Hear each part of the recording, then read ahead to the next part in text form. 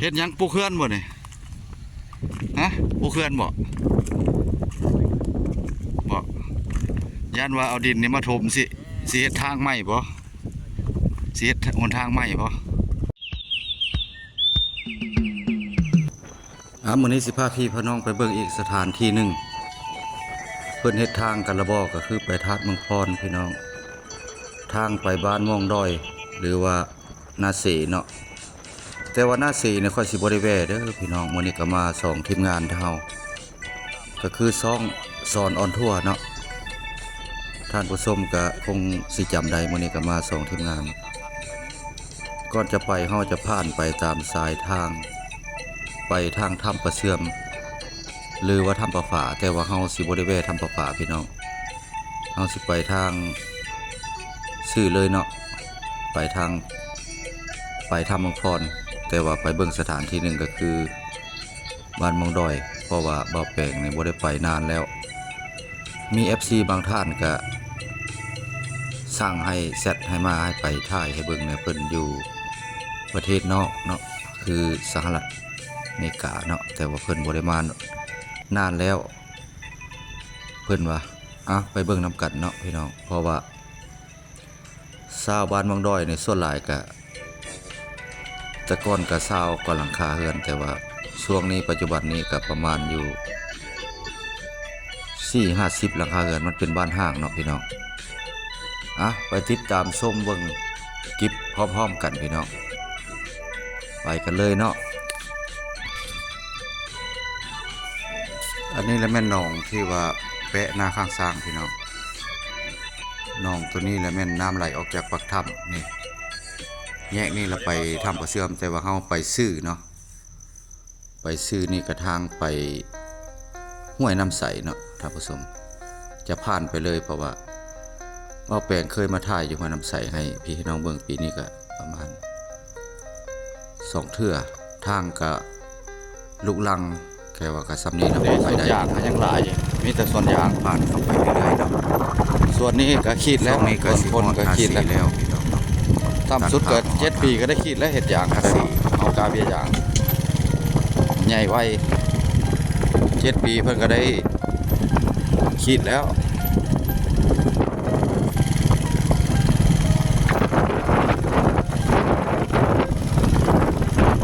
ขอโทษขออภัยเนาะถ้าว่าน้องลงน้องอย่างกัน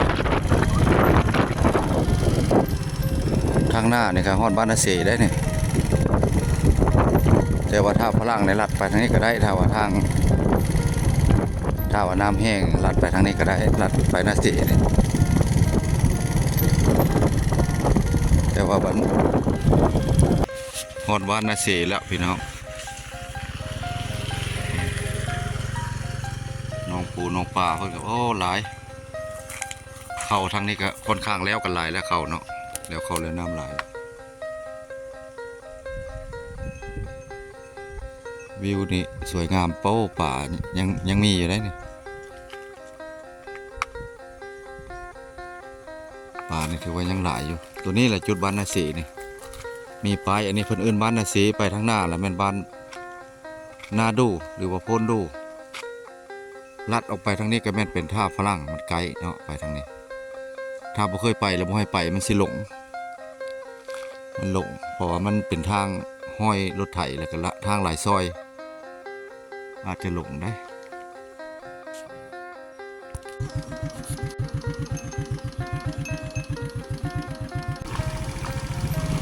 ไปกันต่อบัดนี้เนาะไปเรื่อยๆนักท่องเที่ยวนี่ถือว่าเพิ่นกระถอยกลับแล้วมื้อนี้เพิ่นมาหลายอยู่เพิ่นมาหลายตึกเลยเพราะว่าอันนี้มาจุดนี้ก็ถือว่ากายบ้านนาเส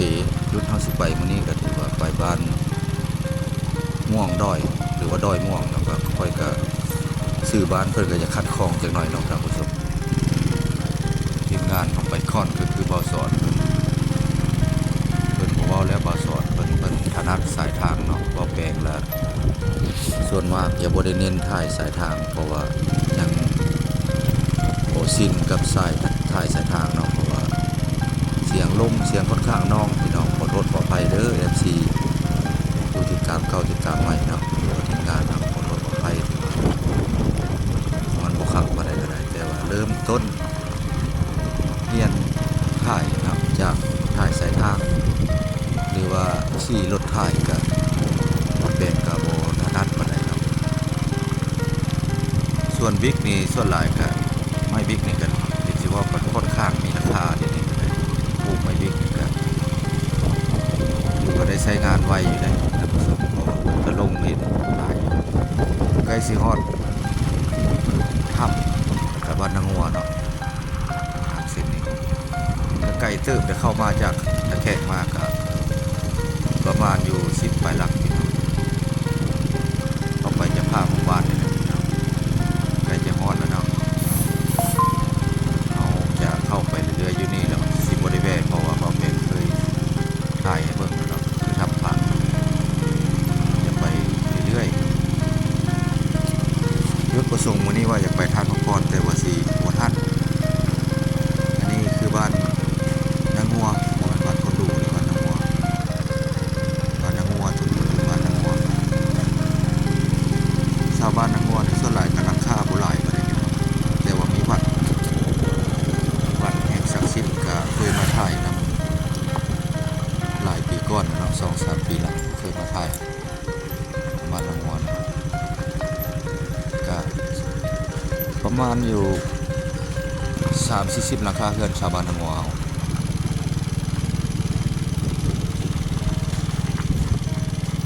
ก็ถ่ายผ่านไปเรื่อยๆเนาะผ่านบ้านนางงัวเข้าไปบ้านนางงัวในส่วนมากก็เฮ็ดนาก็ส่วนน้อยส่วนหลายเพิ่นก็เฮ็ดสวนเฮ็ดไร่เนาะหาเงินเลี้ยงชีพของตนก็ส่วนหลายก็พนักงานก็บ่หลายปานใดพี่น้องชาวบ้านนางงัว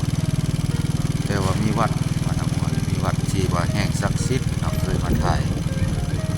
อยู่มีหยังพ่อแต่ว่าสิบ่ได้แวะเพิ่นสิได้กายเพิ่นเด้อเห็นเพิ่นอยู่นั่งอยู่ใน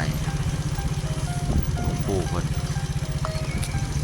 วัดบ้านนางงัวนี่ก็ส่วนมากก็เป็นหยังพ่อองค์เดียวสามารถถ่ายเพิ่นให้มาถ่ายแล้วเพิ่นอยากได้อันนั้นเนาะเพิ่นอยากได้เฮ็ดธาตุบูรณะธาตุเนาะเพิ่นอยากได้บูรณะธาตุอยู่ในหั่นแต่ว่าเอาแปลงก็เลย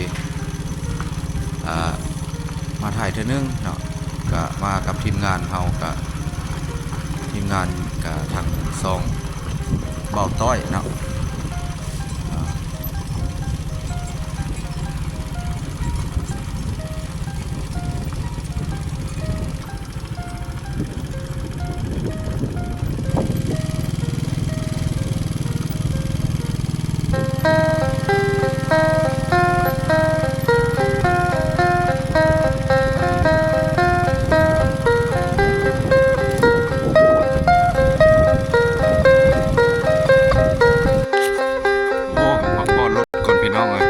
ลมแห้งขนาดลมแห้งหลายบ้านนี้ก็ผู้หุ่มหมดเนาะหุ่มไปอ้อมหมดบ้านเลยส่วนมากก็3-4 โมงเราบ่เห็นตะเวนเป็นเวลาเดียวกับเมืองเฟืองพี่น้องเนาะตอนเช้าก็ประมาณ9 โมงยามหนาวนี่10 โมงเห็นตะเวนภูเขาอ้อมไปหมดในบ้านนี่เป็นบ้านนางงัว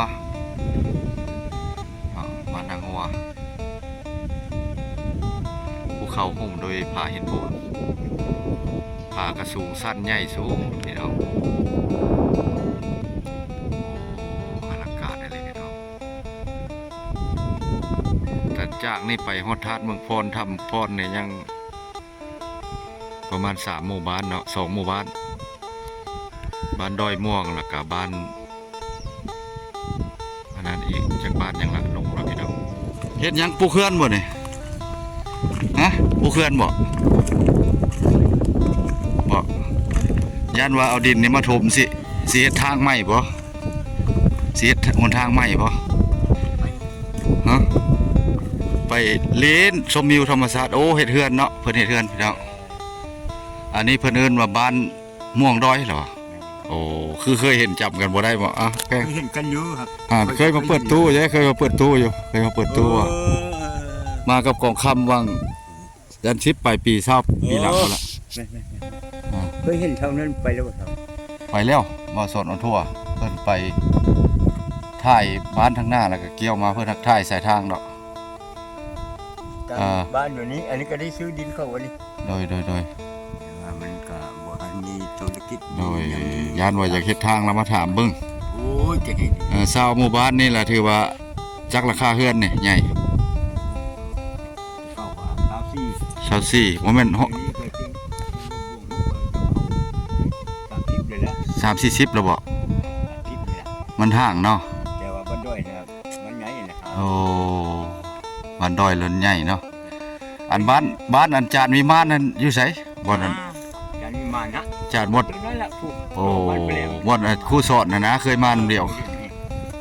วิมานผู้แม่นะเสียชีวิตแล้ว